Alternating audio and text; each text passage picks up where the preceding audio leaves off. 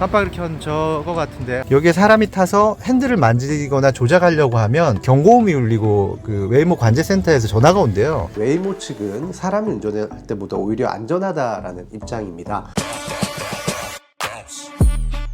지난주에 캘리포니아 샌프란시스코로 출장을 갔다가 말로만 듣던 웨이모를 보게 됐습니다. 웨이모는 구글에서 만든 자율주행 택시 서비스 업체인데요. 우버나 리프트처럼 앱을 통해서 이용할 수 있는 택시 서비스입니다. 그래서 한번 출장을 마치고 공항으로 돌아가는 길에 한번 이용을 해봤는데요. 처음 자율주행 택시를 이용해 본 경험은 또 다른 형태의 AI 기술이죠. 챗GPT를 사용했을 때보다 좀 더 인상적이었습니다. 아무래도 기술은 직관적으로 그 능력이 바로바로 인식을 할 수 있어서 보다 인상적이었던 것 같습니다. 현장에서 제가 이용했던 영상을 보시면서 이야기를 해보도록 하겠습니다. 앱으로 불렀고 오는 데까지는 한 4분 정도 걸린 것 같습니다. 저희 웨이모가 온 것 같습니다.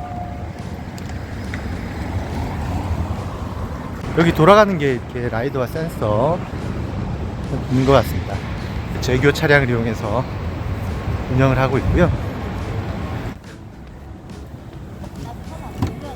스타트 라이트. Hello from Waymo. As we get going, just give us one. 신호를 감지해서 자동으로 깜빡이를 켜고 핸들을 조작하고 있습니다. 지금까지는 뭐 사람이 운전하는 거나 별 차이가 느껴지지 않는데요. 지금 이 이용 가격은 샌프란시스코 유니언 스퀘어 가장 중심지에서 금문교 앞에까지 가는데 $28였거든요. 우버로도 $20 초중반 정도가 나오는 가격이니까 사실 비슷한 그런 수준이고, 시간에 따라서 좀 더 비싸지기도 하고 싸지기도 하고 그렇습니다. 여기도 사람이 탈 수는 있습니다. 탈 수는 있는데 여기에 사람이 타서 핸들을 만지거나 조작하려고 하면 이 경고음이 울리고 그 웨이모 관제센터에서 전화가 온대요. 전화가 와가지고 한 번 더 그러면 이용에 제한이 있으니까 조심해라 이렇게 경고를 한다고 합니다. 카메라가 여기 하나도 있고 뒤쪽에도 양쪽에 있는 것 같아요. 뒷전 자체가 미숙하다 이런 것보다는 사이버 보안에 대한 그런 우려들이 좀 있었던 것 같아요. 웨이브 운영 시스템이 해킹을 당한다든지, 공상과학 영화 같은 이야기이긴 하지만 모든 웨이모가 해킹을 당해서 모두 한 곳의 목적지로 간다든지 원하지 않는 목적지로 일부러 보낸다든지, 실제로 이 운행 초반에는 공사 현장을 만났대요. 도로에서 운행 중에 이제 공사 현장이 맞닥뜨리니까 이걸 어떻게 처리할지 몰랐다는 겁니다. 이 웨이모가. 그래서 그 자리에서 도로 한가운데서 멈춰서 문이 잠겼다고 합니다. 그러니까 승객들이 바깥으로 빠져나가지도 못하고 그 자리에서 갇혀 있었던 거죠.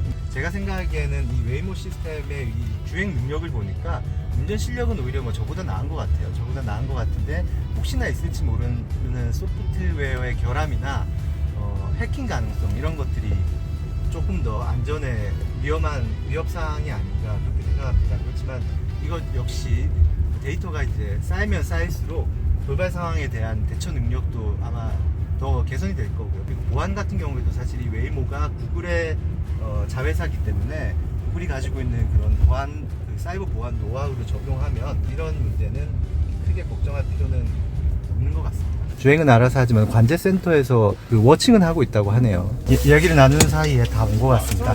트렁크가 자동으로 열렸네요. 저희가 트렁크를 넣었다라는 거를 인지를 해서 자동으로 한 것 같습니다.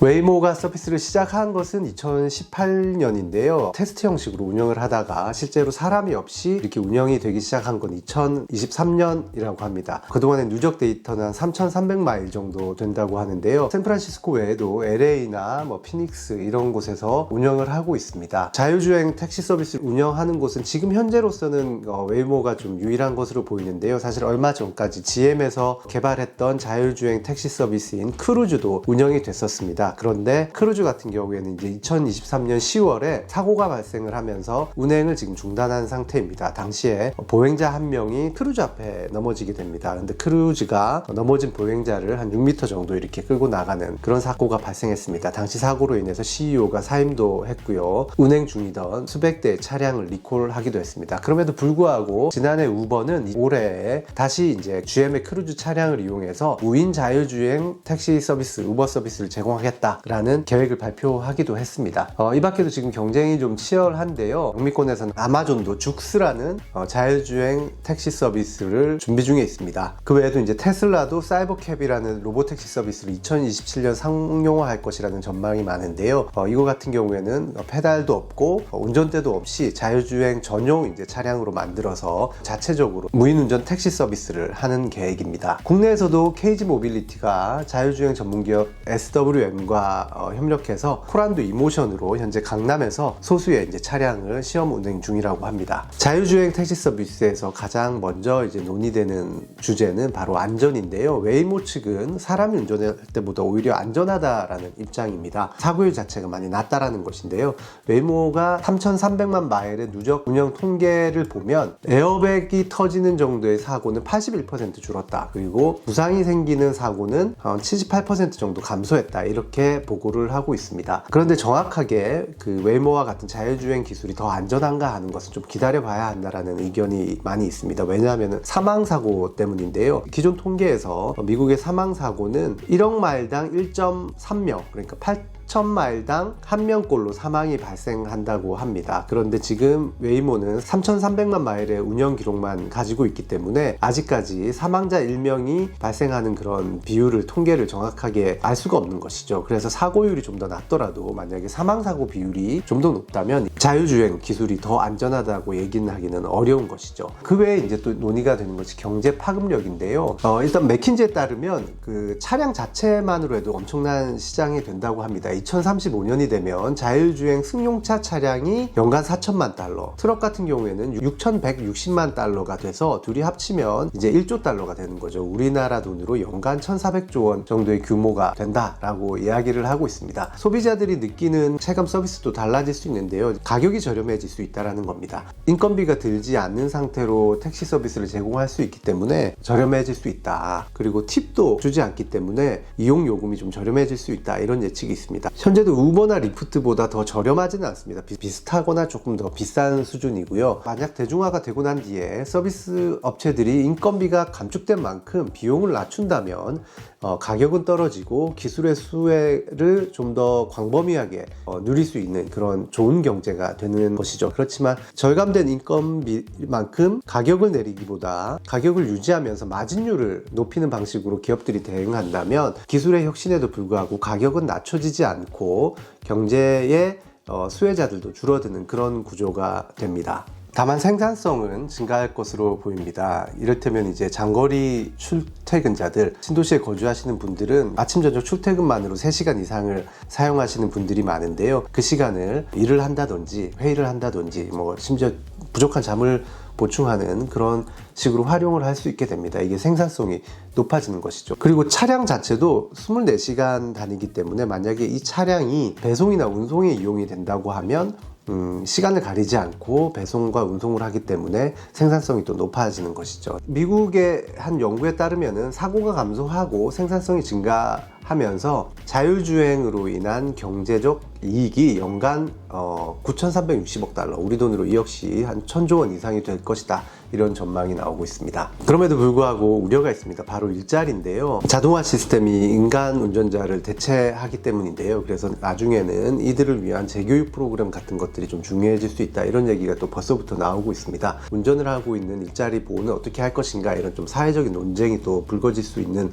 것으로 예상되는 부분입니다. 자율주행 트럭으로 가면 또 이야기가 조금 달라진다고 합니다. 미국 내에서는 워낙 땅이 넓기 때문에 트럭이 아직도 굉장히 중요한 운송 물류 수단 중에 하나입니다. 그런데 지금 현재 한 8만 명 정도가 부족한 상황이라고 합니다. 운전사가 지금 장거리 운행을 점점 기피하는 현상이 나타나다 보니까 트럭 운전사가 모자란데, 자율주행 트럭이 이제 일 같은 트럭 운송 분야의 일자리 부족을 메워줄 수가 있다라는 것이죠. 2027년부터 당장 일단 자율주행 트럭이 운행이 될 수 있다라는 얘기가 나옵니다. 다만 이제 처음에는 목적지에서 목적지까지 모두가 자율주행 트럭이 직접 운전을 하는 것이 아니고 목적지와 목적지 사이에 거점이 있고 목적지와 거점까지는 사람이 운전하는 형태로 가게 됩니다. 만약에 2027년부터 이런 거점과 거점을 잇는 정도로만 시행이 되더라도 트럭 운전기사들은 주거지에서 거점까지만 운전하는, 주거지 근처에서 이제 일을 하는 그런 직업으로 바뀌게 됩니다. 그렇다면 이 자체가 또 일자리 부족을 해소를 할 수 있는 것이죠. 더 많은 이들이 트럭 운전을 할 수 있는 것이 되게 됩니다. 그리고 이제 맥킨지는 2040년이 되면 이제 목적지에서 목적지까지